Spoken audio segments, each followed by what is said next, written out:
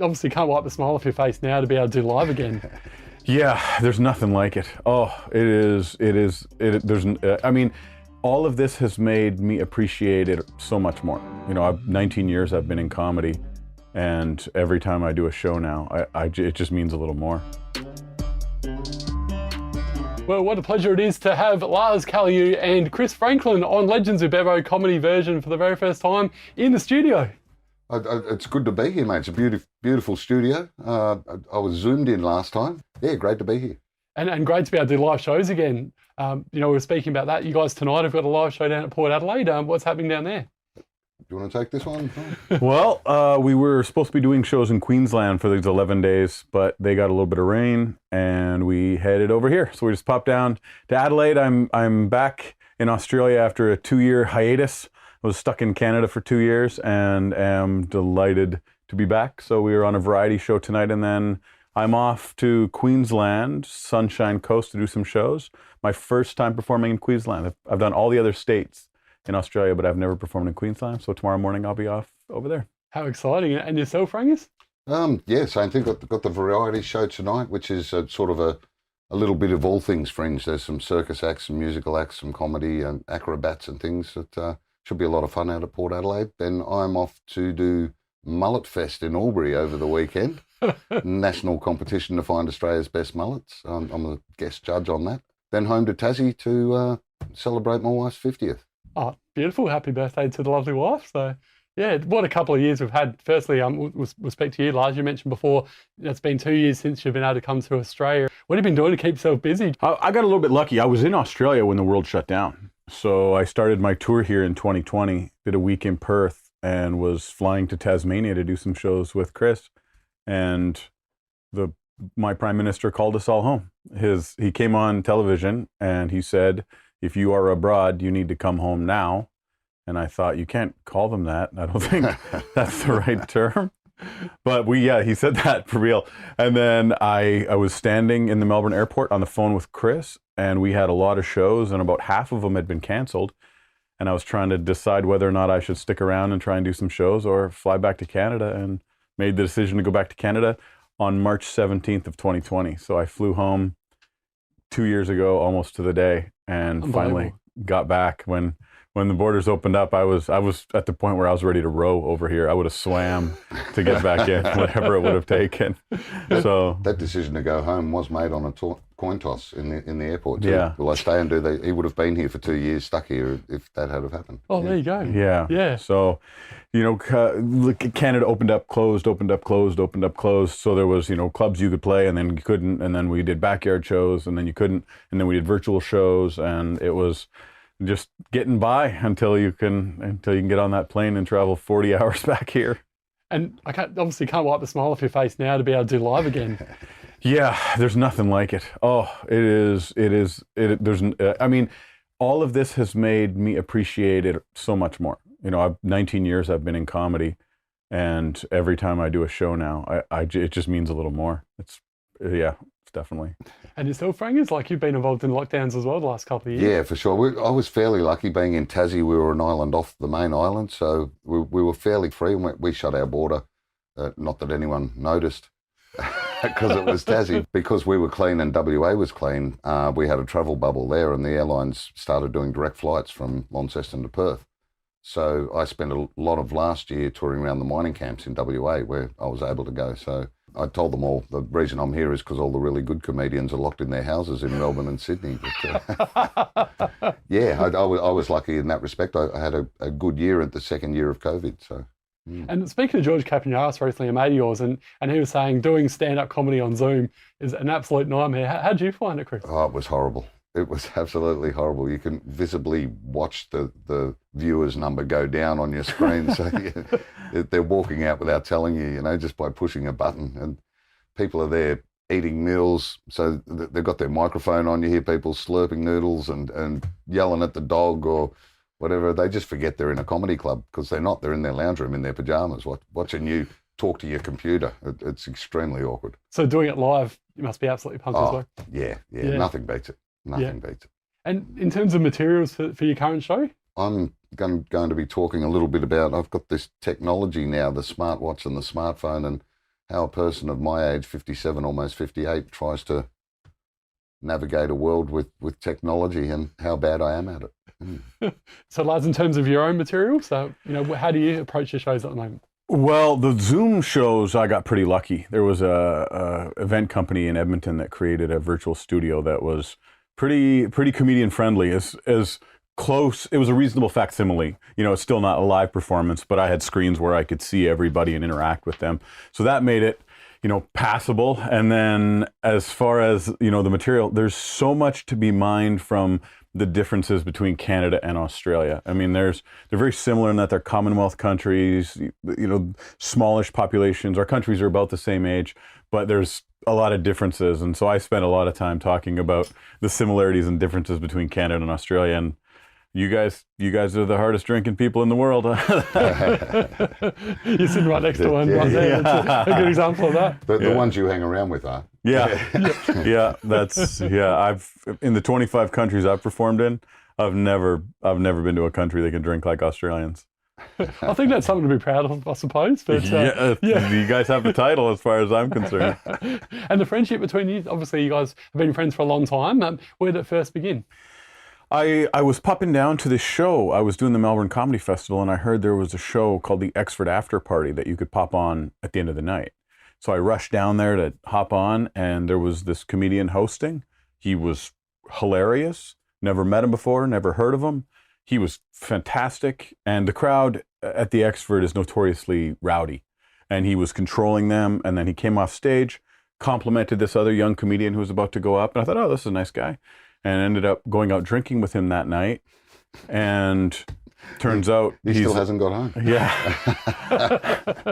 Turns out he's an Australian legend and had no idea. And I think getting to know him and being friends with him now, it happens a lot where if I was in New York for New Year's Eve and I got on it a little and as soon as I run into Australian, I drunk dial him from Canada or the US. The good thing is when it's 3 a.m. and he's drunk dialing, it's like 2 p.m. at home, so he's not waking me up or anything. G'day, mate, you want it again, are you? Well, back in the old days, you might have still been asleep, Chris. Oh, yeah. Yeah, so just became friends, and I like to bring a couple of comedians a year over for tours of Canada, show them my country, show them the mountains, show them the Rockies and Calgary and Banff and Jasper and Lake Louise, and brought him over 2017, I think was the first year, and he's just coming back every year since. And he got to do Canada for the first time in the winter. I usually bring him over in the fall, so it's not. And when he landed in Canada this January, it was minus 27. Yeah. The previous years, pre-COVID, it was always September or October I'd go over, and it was a little bit of snow, but pleasant days and nice. And as soon as we were able to get back there, because we'd missed 2 years, went, right, we're going, and hit there January this year in the middle of their winter. And I had to get a new pair of thongs because I had a hole in the bottom of my old ones. I wasn't very good with the snow. But you've been kind of used to that with Tassie, though. Yeah, we get a bit of snow. Every 5 years, the whole state gets covered. Apart from that, it's just the mountains. But yeah. It gets pretty cold over there, though, as well. Yeah. So I'm used to it. Plus the amount of drinking I've done, there's been no circulation in my feet for years. I don't feel the cold that much. I was lucky enough to do bar in Banff with Lars on Australia Day Eve this year, and all the ski resorts in the Rocky Mountains are run by Australians. They do the winter here and then go over to the winter over there. Oh, good. So we had 250 drunken Aussies in this bar in Canada on Australia Day Eve who'd come out to see me. It was really humbling and a lot of fun. Yeah, it would have been a great experience. Yeah. They do say there's a lot of Aussies over there in Canada. So yeah. And you did a song with a few famous people as well called Stay the F Home. Yeah. For the people out there that don't know what this is all about, tell us about it, Frank. Well, it grew from my frustration at the restrictions and people ignoring them and people saying it's a conspiracy theory and all of this. And I just thought, we're not going to get to the other end of it if people just keep spreading it and breaking the rules or whatever. And out of frustration, I wrote it as a poem called Stay the F at Home. And in the last verse, when I recorded it for you for Facebook, I said, this should be a song, and I sung the last verse. Then a fella in America called Robert Emmett Kelly actually put it to music and thanked me for the lyrics. And from that I got the idea. He did it like a vaudeville piano show tune. And I rang up a few mates who are Australian musicians, 27 of them in fact, and thankfully they were all locked in their houses and didn't have gigs too, so I knew they were going to answer the phone. And we all filmed our parts, 27 different people filmed our parts and recorded our parts in our homes. At home we all sung different parts of the song. It's on YouTube if you want to have a look at it. I think it came out pretty good. Oh, it's a ripper for sure. Had over 2 million views now. So that's phenomenal. Yeah. And Lars, you've performed with some amazing people. We spoke off air with Chris about this earlier on. Tell us about some of those. Well, there's a casino, a big showroom in Edmonton where I live, and the River Creek Casino. And they had Martin Short come through. I opened for him. The show went great. So then they said, we're sending you the contract for Joan Rivers. And then Bob Saget, Roseanne Barr, Jeff Foxworthy, Jay Moore, Kathleen Madigan. They were really good to me. And then a lot of times it's just doing your job, do your time. A few of the comedians, had some, don't talk about this, don't talk about that. You just do your job. And then when they come back through Canada, they're like, yeah, get that guy again. He was pretty good. So yeah, it's been, touring with Joan Rivers or Bob Saget was pretty cool. You get to know them as people, and they were, like you were saying, before we started, they're so gracious and so easy to talk to, and comedians are generally, pretty hospitable. You struck up quite a friendship with Joan, didn't she? She really took to you. Yeah. And sometimes I wonder, when you're working with somebody like that, you spend more time with their staff. So she has these two amazing, Joan had these two amazing staff, and we would sit in the green room and drink all the wine and and have a laugh. And when Joan came back through Canada the last few times, they said, yeah, use Lars. But I like to think it was Joan who wanted me, but I think her staff and I got along pretty well too. So, hey, obviously you're doing a great job if you're, building up those relationships with these huge names that you mentioned. So yeah, I'm just a little bit concerned because he's toured with Joan and Bob Saget, and they're both dead. So I'm worried about touring with him now. So he seems to knock off everyone that he tours with. And in terms of like where the sort of comedy began, you touched about it before, Lars, but with yourself, Chris, when did you sort of first get that passion for comedy? Was there someone on TV or someone in the family that said, oh, you're a pretty funny man, Chris? I was always in trouble at school for being the larrikin in class and whatever. I guess it was always in there. Growing up, Dad was in the Merchant Navy, so he was away for a month and home for a month. And when he was home, we'd be down in the shed doing stuff, and we'd be listening to bawdy Col Elliott tapes, all Cole's old great stuff. And then when he was away at sea, Mum would let me stay up late at night and watch Monty Python with her, the TV show. So I got comedy from both parents, from influences from what they liked in comedy, I guess. And then, years down the track, got to do a gig with Col Elliott. That was quite amazing. So him being sort of one of the main reasons, I think, that I got into it. But how it happened was I was in a bar in Richmond in Melbourne. A fella called Pommy Johnson was in there, and he'd been on Hey Hey It's Saturday the night before. And I went, oh, there's that famous guy. And so I had a few beers, and I went up to him and in his ear just started reciting old Col Elliott jokes to him. And here's one you can use, and here's one you can use. Got invited down to a pub in St Kilda called the Espy. He said, I'm hosting a show on Sunday, come down, I'll put your name on the door if you like your comedy that much. Went down, my name was on the door. I've gone backstage to thank him. And he said, oh, you're here, good, you're on. Threw me on stage. No way. So I went out there pale-faced, and my maiden 5 minutes was 15 minutes of Col Elliott jokes with Pommy Johnson in the wings yelling out, here's one you can use, and here's one you can use. Just setting me right up. But I got the bug from that and kept going back there. It was an open mic night. Learned that you had to write your own jokes, and here we are, sitting here today. What an absolute stitch up. So you literally had no preparation or anything like that. No, just threw me up. That's the sign of a good comedian when you can do that, Chris. It was all someone else's material I was doing on that first day though. Oh, wow. And yourself, Lars? I know you sort of touched about it a bit about your journey, but when did it sort of first begin for you? Oh, I thought about it my whole life. I think a lot of comedians always have it, it percolates. It always, whenever somebody starts doing comedy, I go, do you think about it for a long time? They're like, forever. Most of the comedians who get to the point where they're doing it professionally thought about it most of their lives. It just drew you in. My parents were professional musicians. So they had a song that charted on Billboard in North America when I was 5. We went on tour with the band from the time I was 6 till the time I was about 14. Lived in hotels, didn't have a home. My mom taught us all school in hotel rooms, and I thought I was going to be a musician. And I am a terrible musician. I can't carry a tune in a bucket. I had a band in high school that was pretty good. I was dead weight. I was terrible. Oh my goodness. I was the worst musician you've ever heard or seen. couldn't play anything. Timing was awful. That's the right criteria to get #1 hit here. Yeah, I guess. Yeah, yeah. And then when I was 26, I was like, I thought about this my whole life. I'm going to give it a try. And I remember being on stage that first time, and I was like, oh, this was it the whole time. Like, yeah.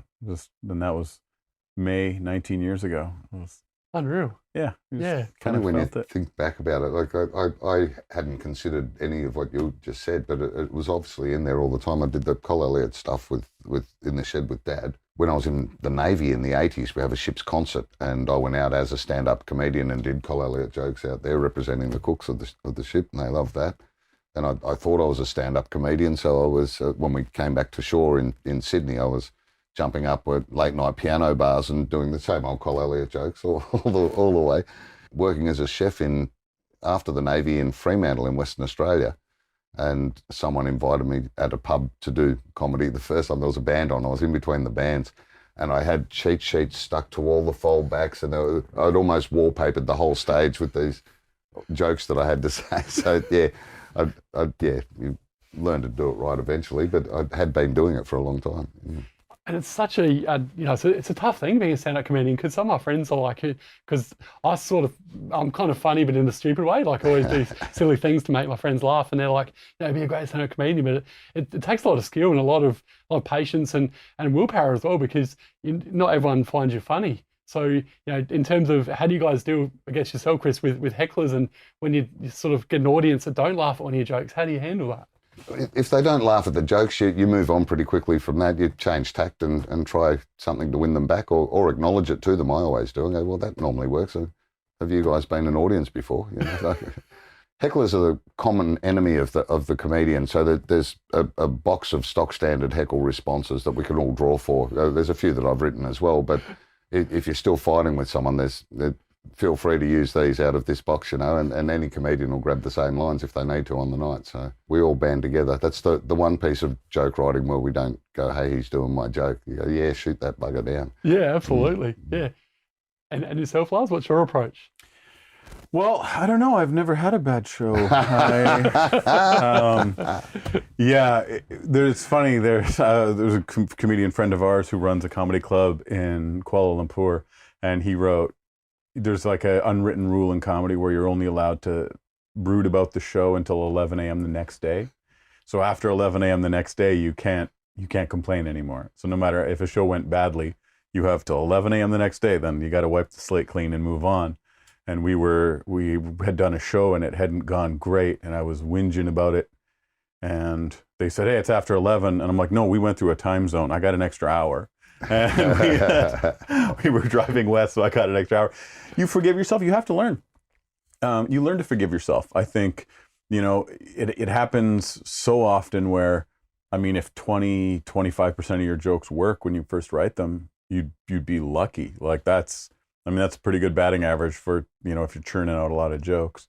And I have had jokes where I thought, man, this is fantastic, and it just doesn't work. And you've had ideas where you share it and everybody loves it right away. So you're just going down. The visual that I have is you're just going down to the river with your little gold pan, and you're just, every open mic you go to or every show you do, you're just panning. You go, hey, there's a little bit of gold, and then hey, there's a little bit of gold, and you eventually, hopefully, have a little pile by the end of it that, if you need to call on it, you're like, hey, but I got something that's pretty good here, But it's just trial and error, just heading down there and working.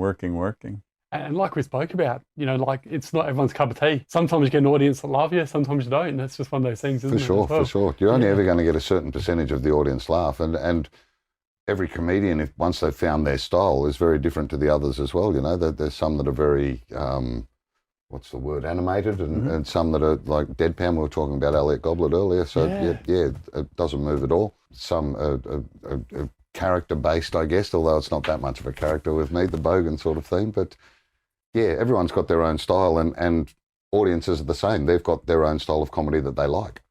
So if you're not their cup of tea, I think it was Doug Stanhope that said, if you don't like me, wait 10 minutes, there'll be someone else on. That's a good way of looking at it. Yeah.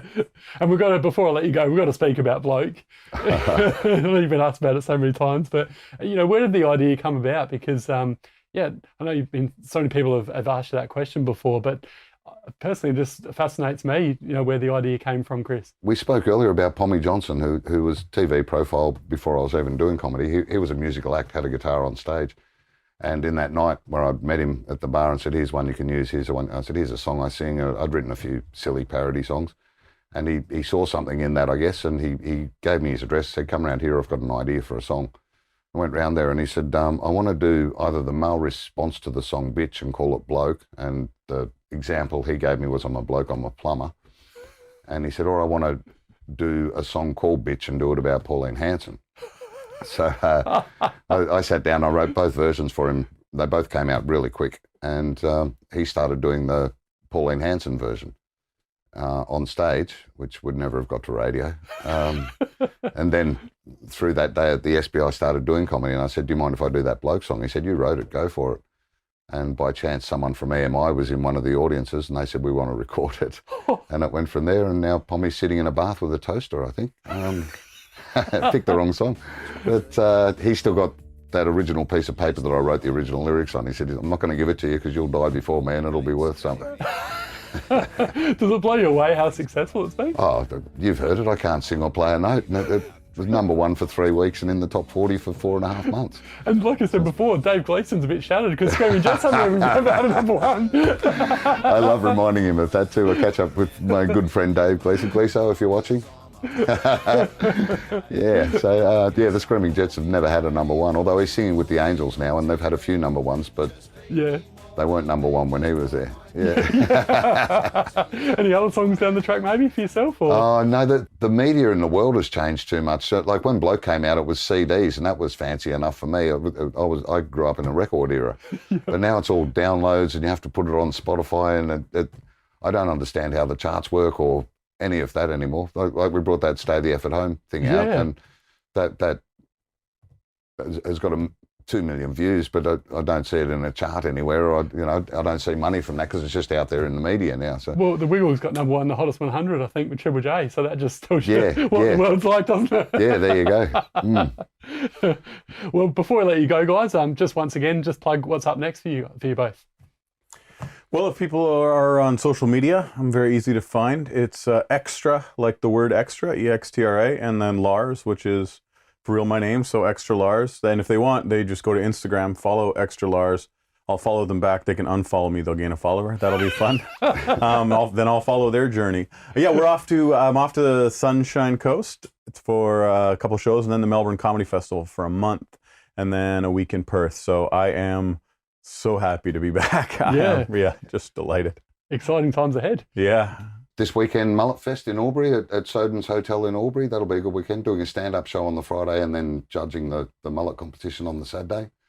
Then home for a little while for my partner's 50th and then, like Lars, over to Melbourne for a month for the Comedy Festival. And you can catch me at MySpace.